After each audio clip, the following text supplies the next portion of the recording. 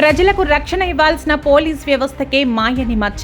ఫిర్యాదు కోసం వచ్చిన మహిళతో అసభ్యంగా ప్రవర్తించారనే తీవ్ర ఆరోపణలపై జూబ్లీహిల్స్ స్టేషన్ సీఐ శ్రీనివాసులు రెడ్డిపై సస్పెన్షన్ వేటు పడింది. ఈ ఘటన హైదరాబాద్ పోలీస్ శాఖలో సంచలనం సృష్టించింది. పూర్తి వివరాలు ఈ స్పెషల్ రిపోర్ట్లో. హైదరాబాద్లోని జూబ్లీహిల్స్ పోలీస్ స్టేషన్లో ఇన్స్పెక్టర్గా విధులు నిర్వహిస్తున్న శ్రీనివాసులు రెడ్డిపై ఓ మహిళ ఫిర్యాదు చేసింది. ఫిర్యాదు చేయడానికి స్టేషన్కు వచ్చిన తనను సీఐ అసభ్యంగా ప్రవర్తించారని, తన వ్యక్తిగత వీడియోలను అడ్డం పెట్టుకుని వేధించారని ఆమె ఆరోపించింది. అంతేకాకుండా డబ్బులు డిమాండ్ చేసినట్లు కూడా ఫిర్యాదులో పేర్కొంది. ఈ ఫిర్యాదు అందుకున్న వెంటనే ఉన్నతాధికారులు అలర్ట్ అయ్యారు. ఫిర్యాదుపై హైదరాబాద్ పోలీస్ కమిషనర్ సజ్జనార్ ఆదేశాలతో విభాగపరమైన విచారణ ప్రారంభమైంది.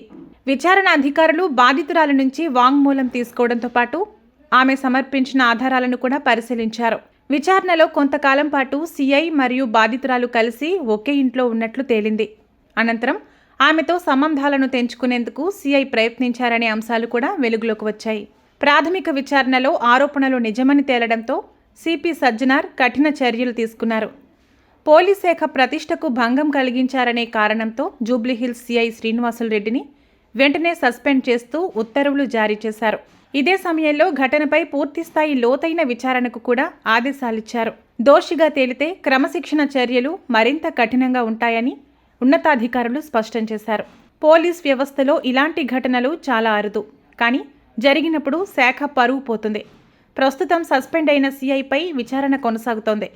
బాధితురాలికి న్యాయం జరిగేలా చూస్తామని పోలీసు ఉన్నతాధికారులు హామీ ఇచ్చారు. ఈ ఘటనపై మరిన్ని అప్డేట్స్ కోసం చూస్తూ ఉండండి ప్రజానాడి.